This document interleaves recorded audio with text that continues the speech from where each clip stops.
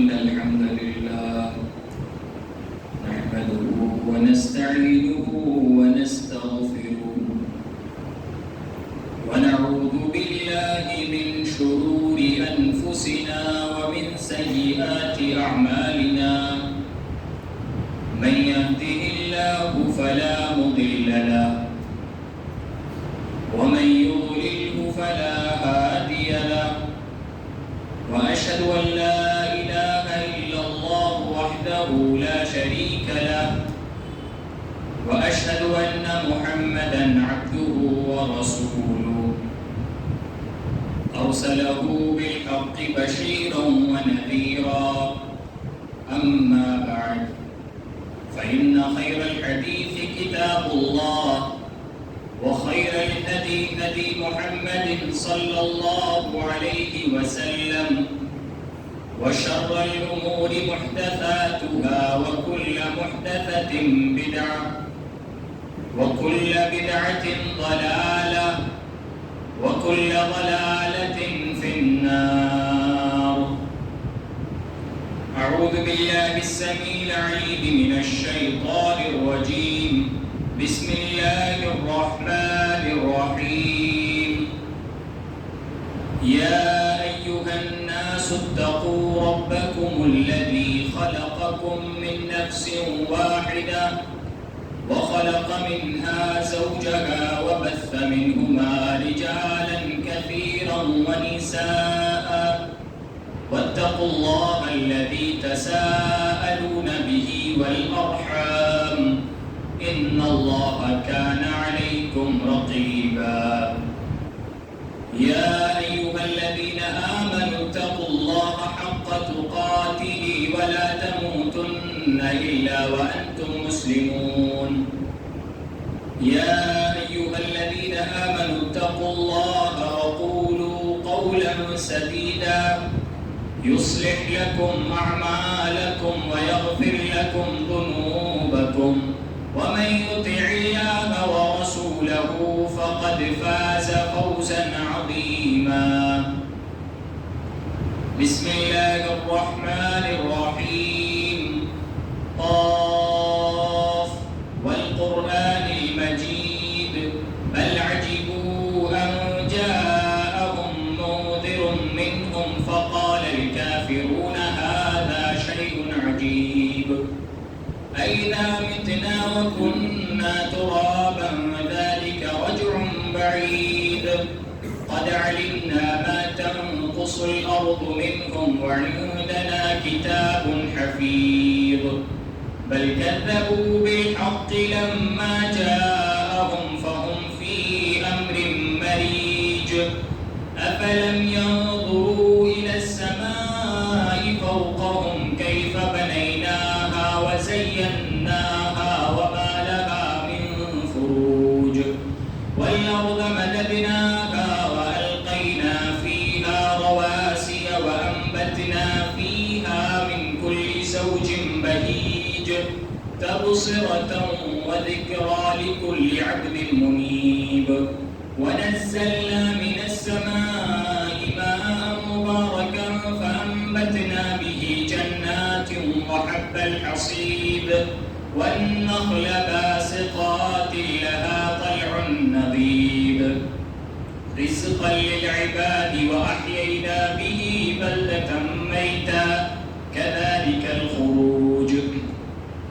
كذبت قبلهم قوم نوح وأصحاب الرس وثمود وعاد وفرعون وإخوان لوط وأصحاب الأيكة وقوم تبع كل كذب الرسل فحق وعيد أفعينا بالخلق الأول بل هم في لبس من خلق جديد. فقد قال الله تعالى في الكلام المجيد والفرقان الحميد والذين تبوأوا الدار والإيمان من قبلهم يحبون من هاجر إليهم. معزز و مکرم حاضرین جمعہ، بزرگان دین، نوجوانان ملت، خواتین اسلام،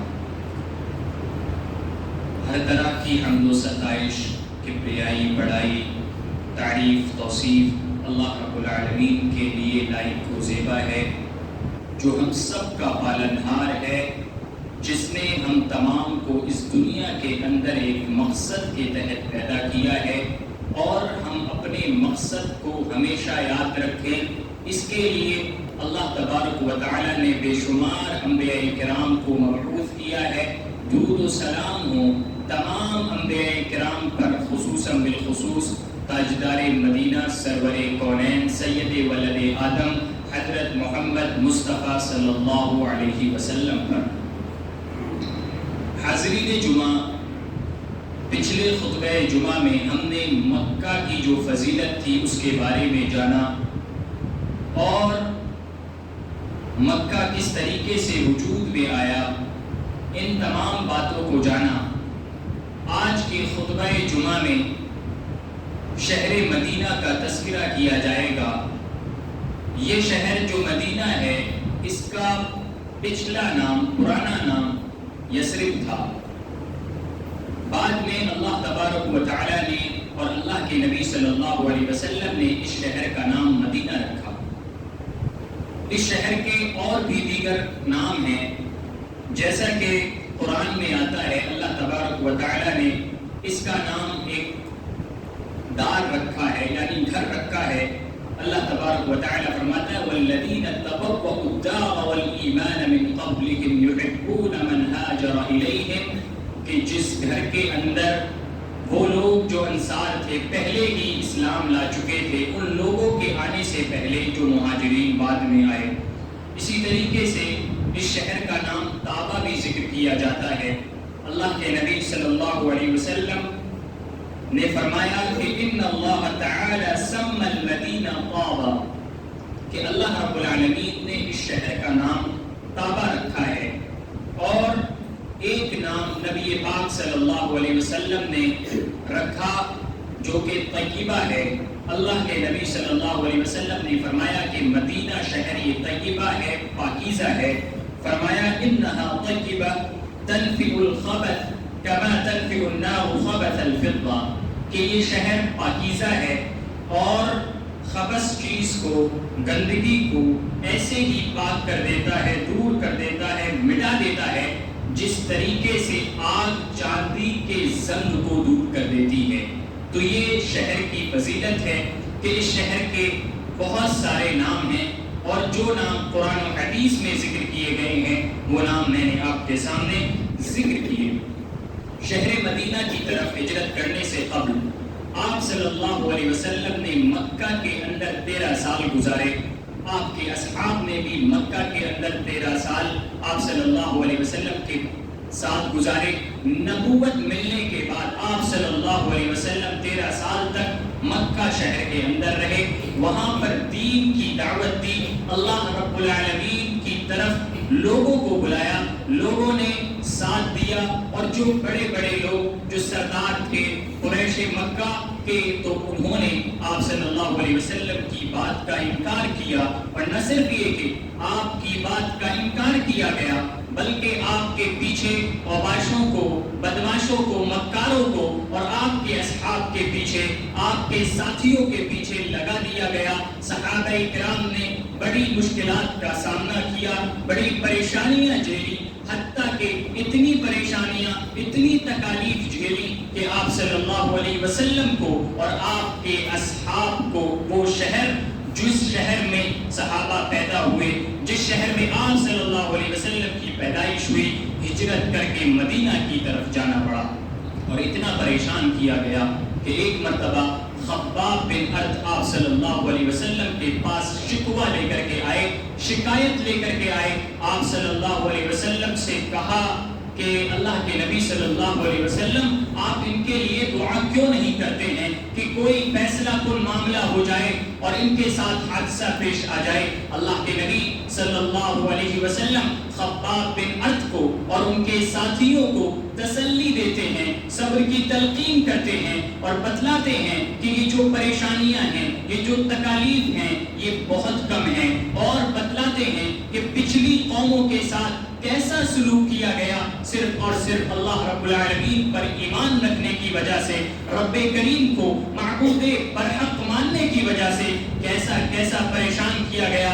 اللہ کے نبی فرماتے ہیں کہ جو لوگ اللہ پر ایمان رکھتے تھے ان میں سے کسی کے ساتھ ایسا معاملہ کیا جاتا کہ زمین میں گڈھا کر کے اس کو زمین کے اندر ڈالا جاتا اور اوپر سے آری کو چلا دیا جاتا تھا، اور بتلاتے ہیں کہ کسی کے ساتھ ایسا کیا جاتا کہ لوہے کی کنگھی کو لیا جاتا، اس کے سر میں ڈال کر کے اس کنگھی کو نکال دیا جاتا جس سے سر کا ماس اس کنگھی میں آ جایا کرتا تھا۔ یہ تکالیف، یہ پریشانیاں پہلے کے لوگوں نے جھیلی ہیں۔ صحابہ کرام کو یہ تکالیف جھیلنے پر، یہ پریشانیاں جھیلنے پر صبر کی تلقین اللہ کے نبی صلی اللہ علیہ وسلم کرتے ہیں۔ ہمارے لیے اس میں اسوہ، ہمارے لیے اس میں پیغام یہ ہے کہ آج کی جو پریشانیاں ہم پر آئی ہوئی ہیں، ان پریشانیوں سے، ان تکالیف سے ہم اپنے ایمان کو نہ چھوڑیں۔ نہ جانے کتنے مسلمان ایسے ہیں جو تکالیف سے، ان پریشانیوں سے دوچار ہو کر کے ایمان سے مرتد ہو جاتے ہیں، اسلام کو چھوڑ دیتے ہیں، اسلام سے پھر جاتے ہیں۔ ایسی صورت میں اور ایسی کیفیت، ایسی حالت میں ہمیں یہ چیزیں یاد رکھنی ہوں گی تاکہ ہمارا ایمان مضبوطی کے ساتھ ہمارے ساتھ باقی رہے اور یہ ایمان ہمیں قیامت کے دن نجات دلا سکے۔ تو اللہ کے نبی صلی اللہ علیہ وسلم کے ساتھیوں کے ساتھ جب یہ تکالیف پہنچائی گئی، پریشانیاں دی گئیں، تو آپ صلی اللہ علیہ وسلم صرف اور صرف اپنا ایمان لے کر کے، آپ کے اصحاب صرف اور صرف اپنا ایمان لے کر کے مدینہ کی طرف کوچ کر جاتے ہیں۔ اور مدینہ والے جن کی دعوت پہلے ہی مصعب بن عمیر رضی اللہ تعالیٰ عنہ نے کر رکھی ہوتی ہے، جو پہلے ہی آپ صلی اللہ علیہ وسلم کی آمد سے ایمان لائے چکے ہوتے ہیں، وہ آپ صلی اللہ علیہ وسلم کا استقبال کرتے ہیں، اور ایسا استقبال کرتے ہیں کہ پوری تاریخ کی مثال ہمارے سامنے آ جاتی ہے۔ ان کی چھوٹی چھوٹی بچیاں چھتوں پر آ کر کے نبی پاک صلی اللہ علیہ وسلم کے نغمے گاتی ہیں اور آپ کا استقبال کیا جاتا ہے۔ یہ ایمان لے کر کے، یہ صرف اور صرف ایمان لے کر کے اللہ کے نبی صلی اللہ علیہ وسلم اور صحابہ کرام مدینہ کی طرف ہجرت کرتے ہیں اور کوچ کرتے ہیں۔ مدینہ کے لوگوں نے صحابہ کرام کو ایمان کی وجہ سے، ایمانی بھائی ہونے کی وجہ سے بہت مدد کی، اور اتنی مدد کی، ان پر اتنی قربانیاں پیش کی، بے مثال نظیریں انہوں نے پیش کی۔ تاریخ میں ایسی کوئی مثال نہیں ملتی جو مثال انصار مدینہ نے، جو مدینہ کے نواسی تھے، انہوں نے پیش کی۔ انہوں نے نہ صرف یہ کہ اپنی زمین میں، اپنی جائیداد میں حصہ دیا، بلکہ عبد الرحمن بن عوف رضی اللہ تعالیٰ عنہ جو ایک مہاجر صحابی تھے، ان کے بارے میں آتا ہے کہ نبی پاک صلی اللہ علیہ وسلم نے جب انصار اور مہاجر کو آپس میں بھائی بھائی بنایا تو عبد الرحمن بن عوف مہاجر صحابی کو ایک انصاری صحابی سعد بن ربی کو ان کا بھائی بنایا۔ سعد بن ربی بڑے مالدار آدمی تھے، ثروت والے آدمی تھے۔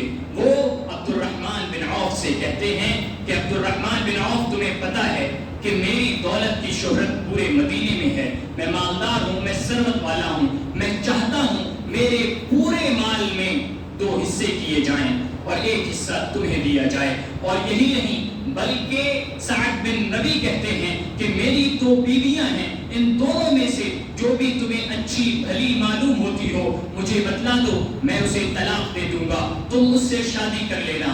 عبد الرحمن بن عوف رضی اللہ تعالیٰ عنہ کہتے ہیں کہ بہت شکریہ، مجھے آپ مارکیٹ کا، بازار کا راستہ بتلا دیجئے، اللہ تعالیٰ آپ کے مال میں، آپ کی اولاد میں، آپ کے اہل خانہ میں برکت دے۔ عبد الرحمن بن عوف بازار کی طرف نکل پڑتے ہیں اور وہاں پر جا کر کے ایسی تجارت کرتے ہیں، ایسا بزنس کرتے ہیں کہ مدینہ کے جو رؤساء، جو ثروت والے، مال والے تھے، بڑے بڑے مالداروں میں سے ان کا نام شمار کیا جاتا ہے۔ اور اس وقت سب سے قیمتی چیز جو گھی اور پنیر تھا، اس کے مالک عبد الرحمن بن عوف بن جاتے ہیں۔ اس واقعے سے ہمیں عبرت لینی چاہیے، ہمیں نصیحت لینی چاہیے کہ ایک مالدار شخص قوم کے لیے کتنا مفید ہو سکتا ہے، ایک ثروت والا شخص قوم کے لیے کتنا فائدے مند ثابت ہو سکتا ہے۔ اگر کسی کو اللہ تبارک و تعالیٰ نے مال دیا ہے، وہ اپنی منی کو اور اپنے پیسے کو صرف اپنے اکاؤنٹ میں رکھتا ہے، اس کا پیسہ دوسروں تک نہیں پہنچتا ہے، غریبوں تک، محتاجوں تک، جو لوگ حاجت مند ہیں ان تک نہیں پہنچتا ہے، تو اس کی مالداری کا کیا فائدہ ہے؟ یہ زندگی چند دن کی زندگی ہے، یہ سیونگز آپ کے اکاؤنٹ میں رہ جانے والی ہے۔ آپ کو اس دنیا سے جب جانا ہے تو وہ آپ کے اعمال ساتھ جائیں گے جو آپ خرچ کر کے اس دنیا میں اپنے ساتھ لے کر کے جائیں گے۔ قبر میں آپ کے اعمال آپ کا ساتھ دیں گے۔ اسی لیے ثروت والوں کو، مال والوں کو چاہیے کہ وہ اس گرمی میں، اس شدید گرمی میں دیکھیں، نکلیں کون غریب ہیں، کون مسکین ہیں، کون محتاج ہیں، ان کی محتاجی کو دور کریں اور ان کا سہارا بنیں، ان کی مدد کریں اور اپنے نام اعمال میں جھانکیں، دیکھیں کہ وہ کیا کما رہے ہیں کل کے لیے، آخرت کے لیے۔ یہ دنیا کی زندگی جو 70 سالہ 75 سالہ ہے، یہ ختم ہو جانے والی ہے۔ اصل زندگی کی تیاری کیجئے اور ایسی جگہ اپنے پیسے کو لگائیے جہاں صرف اور صرف پروفٹ ہے، جہاں صرف اور صرف پروفٹ ہے۔ اللہ تبارک و تعالیٰ فرماتا ہے، یا ایھا الذین آمنوا، اے ایمان والو، ہم تم کو دیکھنا چاہیے، ہر نفس کو دیکھنا چاہیے کہ اس نے آگے کے لیے کیا بھیجا ہے۔ اسی لیے گزارش ہے ہر اس شخص سے جس کے پاس مال ہے، وہ اپنے مال کا صحیح استعمال کرے اور لوگوں کا سہارا بنے۔ سامعین محترم، اللہ کے نبی صلی اللہ علیہ وسلم جب مدینہ پہنچ جاتے ہیں، صحابہ کرام جب مدینہ پہنچ جاتے ہیں تو یقیناً یہ فطری چیز ہے، کوئی بھی شخص جہاں کہیں رہتا ہے وہ اس جگہ سے محبت کرتا ہے۔ اسی لیے اللہ کے نبی صلی اللہ علیہ وسلم کو اس شہر مکہ سے جو محبت تھی، اسی طرح مدینہ شہر سے بھی اللہ کے نبی صلی اللہ علیہ وسلم کو محبت ہو گئی، اور اللہ کے نبی صلی اللہ علیہ وسلم نے اللہ رب العالمین سے دعا کی کہ اللہم حبب الینا المدینہ کحبنا مکہ او اشد۔ اے اللہ، میرے دل میں، ہمارے دلوں میں مدینہ کی محبت کو ایسے ہی پیدا کر دے، ایسے ہی پیوست کر دے جیسا کہ ہم مکہ سے یا اس سے زیادہ، ہم مکہ سے زیادہ مدینہ سے محبت کریں۔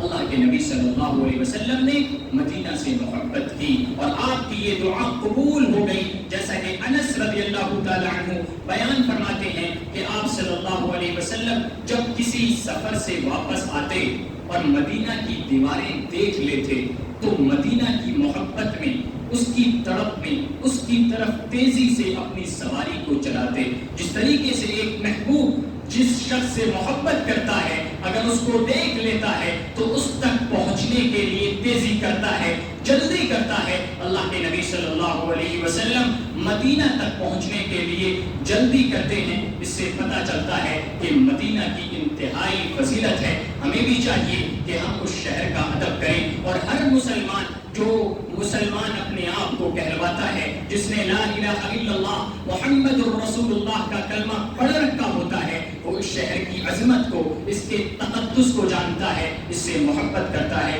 یہ نبی پاک صلی اللہ علیہ وسلم کی سنتوں میں سے ایک سنت ہے۔ سامعین محترم، فضائل مدینہ میں سے ایک فضیلت یہ بھی ہے کہ جو مدینہ کے رہنے والے ہیں ان سے بھی محبت ہونی چاہیے، چاہے وہ اول دور کے صحابی، اول دور کے صحابہ کرام ہوں یا آج کے دور کے لوگ ہوں، کیونکہ آپ صلی اللہ علیہ وسلم نے اول دور کے صحابہ یعنی انصار کے تعلق سے فرمایا کہ الانصار لا يحبهم الا مؤمن ولا يبغضهم الا منافق، من احبهم احبه الله ومن ابغضهم ابغضه الله۔ اللہ کے نبی صلی اللہ علیہ وسلم فرماتے ہیں کہ انصار سے صرف اور صرف مومن ہی محبت کر سکتا ہے، اور ان سے نفرت صرف اور صرف منافق ہی کر سکتا ہے۔ من احبهم احبه اللہ، اور جو کوئی ان سے محبت کرتا ہے اللہ رب العالمین ان سے اس سے محبت کرتا ہے۔ ومن ابغضهم ابغضه اللہ، جو کوئی انصار سے بغض رکھتا ہے، حسد رکھتا ہے، ان سے نفرت کرتا ہے تو اللہ رب العالمین بھی نفرت کرتا ہے۔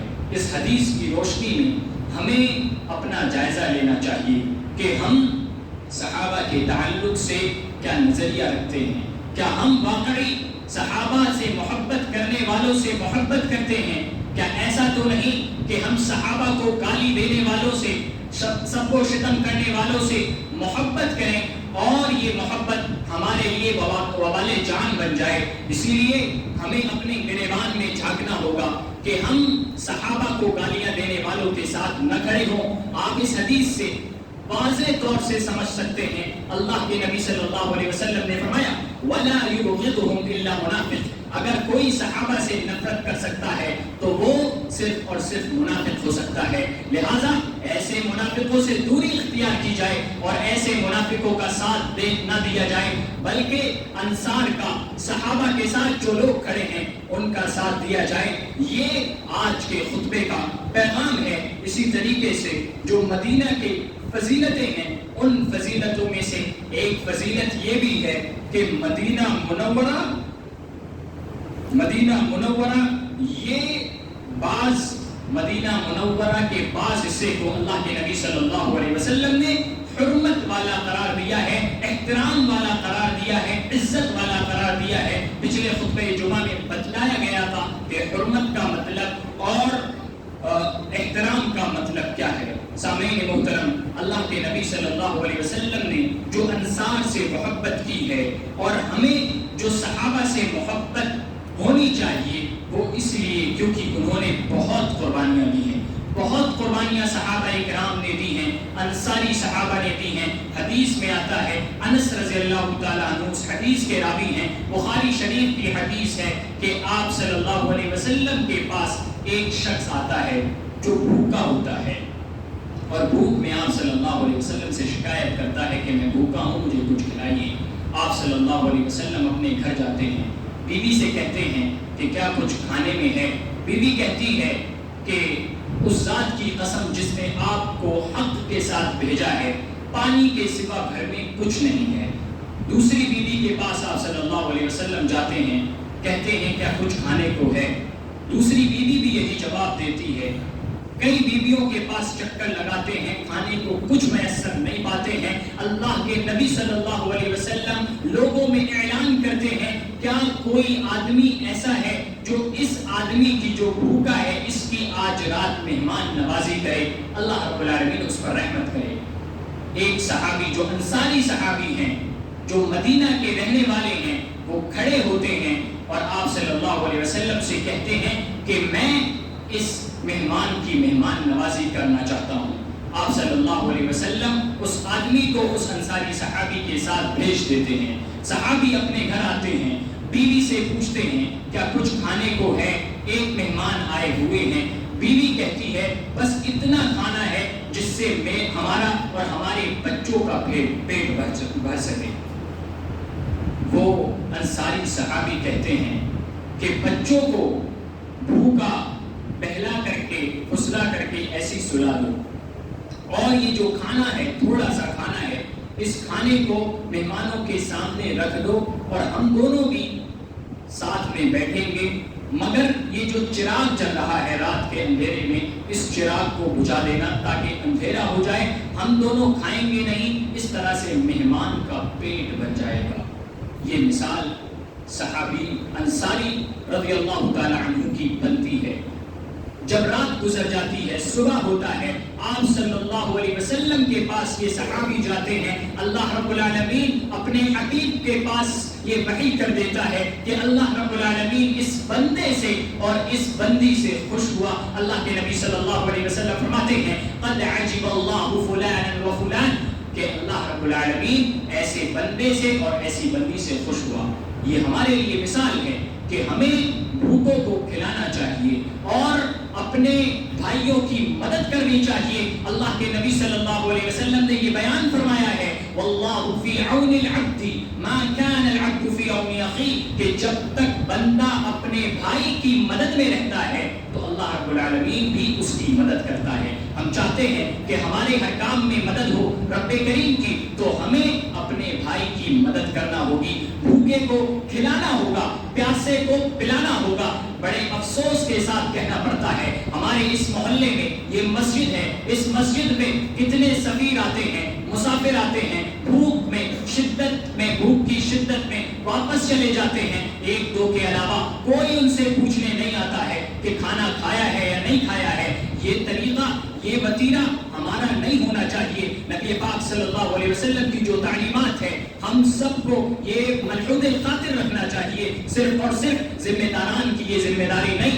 بلکہ ہر فرد کی ذمہ داری ہے جو اپنے آپ کو مومن کہتا ہے، جو چاہتا ہے کہ اللہ رب العالمین اس کی مدد کرے۔ واللہ فی عون العبد ما کان العبد فی عون اخیہ، کہ بندہ جب تک اپنے بھائی کی مدد کرتا ہے، اللہ رب العالمین بھی اس کی مدد کرتا ہے۔ سامعین محترم، مدینہ کی فضیلتیں اور بھی بہت ساری ہیں۔ انہی فضیلتوں میں سے ایک فضیلت یہ ہے کہ جو کوئی بھی شخص اس مبارک شہر میں رہتا ہے، اس مبارک شہر کی تکالیف کو، پریشانیوں کو برداشت کرتا ہے تنگی کے باوجود بھی، تو اللہ کے نبی صلی اللہ علیہ وسلم قیامت کے دن اس کی شفاعت کریں گے۔ یہ مدینہ منورہ کی فضیلت ہے۔ لہٰذا جس کسی کے لیے مناسب ہو اور جس کسی کے لیے آسان ہو کہ وہ مدینہ منورہ کی رہائش اپنائے تو اسے اپنانا چاہیے، تاکہ اللہ کے نبی صلی اللہ علیہ وسلم کا شفیع بن سکے، اللہ رب العالمین اس کی شفاعت کریں۔ اسی طریقے سے اس شہر کی فضیلت اس مسجد سے بھی ہوتی ہے جو اسلام کی دوسری بڑی مسجد ہے، جس کو مسجد نبوی کے نام سے جانا جاتا ہے، اور جس میں نماز پڑھنے کا، ایک نماز پڑھنے کا ثواب دیگر مساجد میں نماز پڑھنے کے 1000 کے برابر ہے۔ 1000 نمازیں دیگر مساجد میں پڑھیں گے، اس سے برابر اور اس سے افضل ہے کہ آپ مسجد نبوی میں ایک نماز پڑھیں، سوائے مسجد حرام کے۔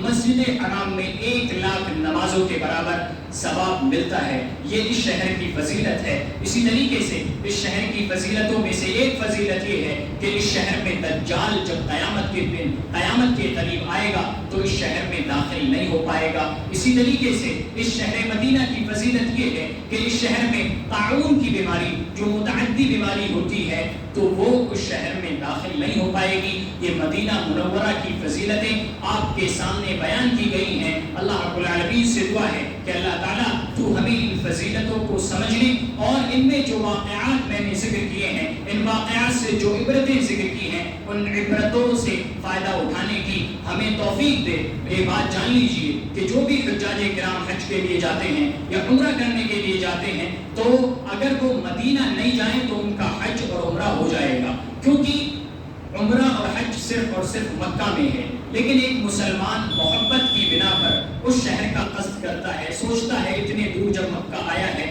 تو کیوں نہ اپنے حبیب کے شہر جایا جائے، اس لیے جاتا ہے۔ لیکن حج کا اور عمرے کا جو تعلق ہے وہ مکہ ہی سے ہے، مدینہ سے نہیں ہے۔ لیکن مدینہ ہمارے لیے افضل ہے کیونکہ آپ صلی اللہ علیہ وسلم اس میں رہے اور انصاری جو صحابہ اکرام تھے وہ اس میں رہے۔ اسی وجہ سے اس کی زیارت کے لیے، روضہ رسول کے لیے، نبی پاک صلی اللہ علیہ وسلم کے حجرے کو دیکھنے کے لیے جایا جاتا ہے۔ اللہ تبارک و تعالیٰ سے دعا ہے کہ رب کریم ہم تمام کو اس شہر کی زیارت نصیب فرما۔ رب کریم ہم تمام کو صالح اور نیک بنا دے۔ رب کریم ہم تمام کو ایک دوسرے کی مدد کرنے کی توفیق دے۔ رب کریم جب تک ہم جئیں ایمان پر جئیں، جب ہمارا خاتمہ ہو ایمان پر ہو، خاتمہ بالخیر ہو۔ وآخر دعوانا الحمدللہ رب العالمین۔ سبحان ربک رب العزة عما یصفون وسلام علی المرسلین والحمدللہ رب العالمین۔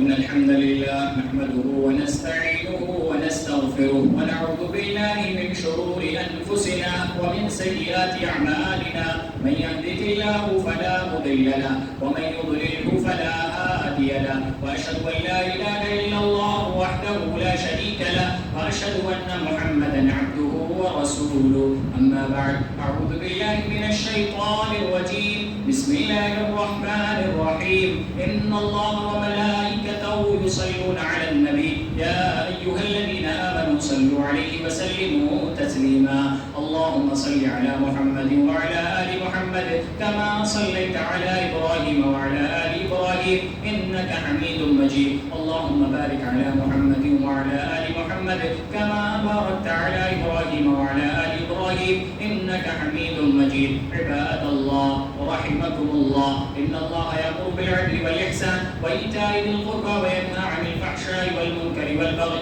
يعظكم لعلكم تذكرون واذكروا الله يذكركم وادعوه يستجب لكم ولذكر الله أكبر والله يعلم ما تصنعون